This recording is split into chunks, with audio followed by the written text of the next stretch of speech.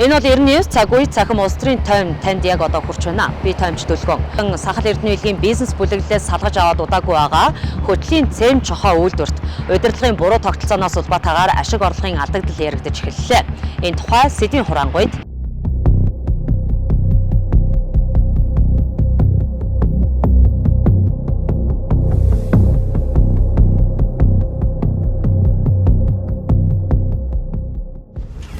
дотоодын цементийн хэрэгцээний 30%-ийг дангаараа хангадаг байсан хөтлийн цэм чохоо үйлдвэрийн хүчин чадал тоног төхөөрөмжийн илэгдэл хүний нөөцийн хомсдлоос үүдэлтэйгээр доройтсонгүй.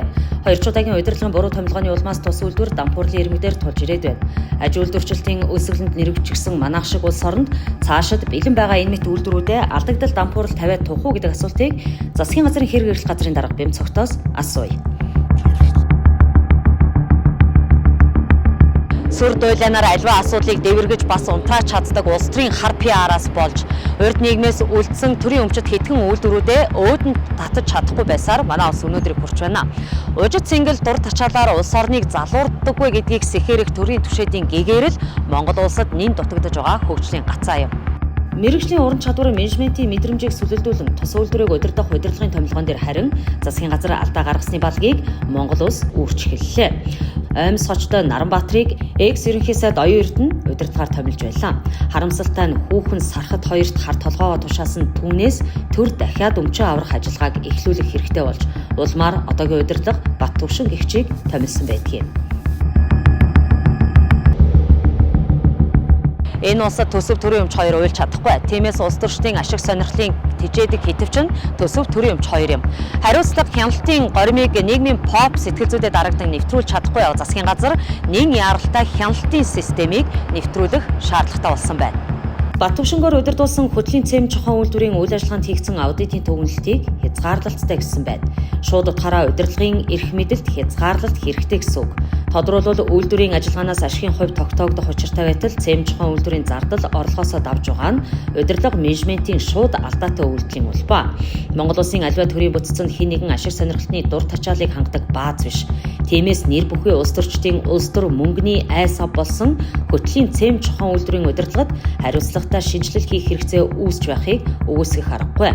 Үүнийг ч засгийн газрын хэрэг эрхлэх газрын дарга Бямц цогт нэгэнтээ мэдгдсэн удаатай. Хөтлийн цэм чохоо үйлдвэрээс сүүлийн 2 жил аудитор сөрөг дүгнэлттэй гарсан. Үйл ажиллагаа үйлдвэрлэн зогссон. Үйл ажиллагаанаас олж байгаа орлого байхгүй. Иймэрхүү байдалтай байгаа. Өөрөөр хэлэх юм бол нэг төгрөгийн орлого олохын тулд нэг төгрөг 7 мөнгөний зардал гаргаж байна. Стратегийн бүх салбарт нь хулгай, хувийн дур хүсэл нүүрлчихсэн байгаа манай улсад бие даасан төрийн бүтэц, тусгаар эдийн засгийн онол гэдэг нь хоосон цэцэрлэгт улсаар удаж байна. Энэ бол үндэсний аюулгүй байдалд ноцтой занал хийлж аюул юм. Учир нь ийм улсад хэн дуртай нь эзэн сууж нөлөөллийн бодлогоо тулхан хэрэгжүүлэх нягууртай. Хариуцсан ажлаа хийж чадахгүй хэрнээ өндөр цалин тэтгэмж хүртээд сууж байгаа Баттүвшин мэтийн урагшгүй албатуудаа төсвийн хэмнэлтээр цомгдохмоор байна. Аливаа удирдлагын удирдахаа өөр ухаан, мэргэжлийн ажилчдыг хадахтаа биш, гагцхүү хүний нөөцийн тогтвортой байдал, үйлдвэрлэлийн ашигын өсөлтөөр хэмжигдэх нь энгийн логик.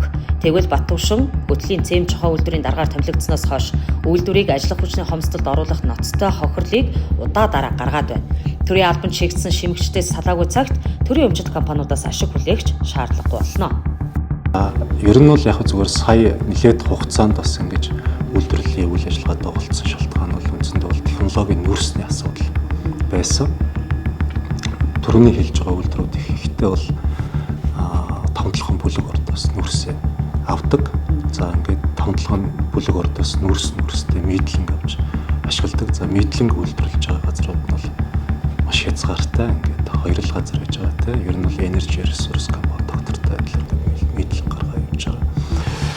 2025 оны 4-р сард худалдаа авах ажиллагааг зарлаад 2 удаа маргаан гараад ингээд үндсэндээ бол 7-р сарын 20-нд нүүрснийх нь гэрээ хийгдээд ингээд явж байгаа. За тэрнээс хойш нүүрс тасралтгүй одоо нийлүүлэгдээд явж байгаа гэсэн үг.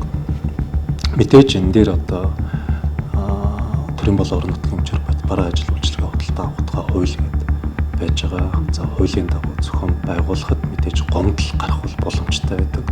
За гомдлоос болж тодорхой асуудлууд үүссэн.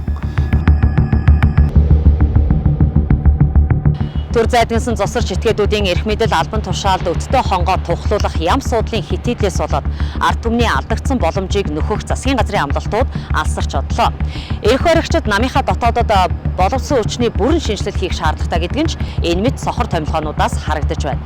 Төрийн аливаа албанд ур чадварын мэрэг зарчим нөлөөлөхгүй бовоос хууль бодлого гэж хэрэгжих огтхон шаардлагагүй.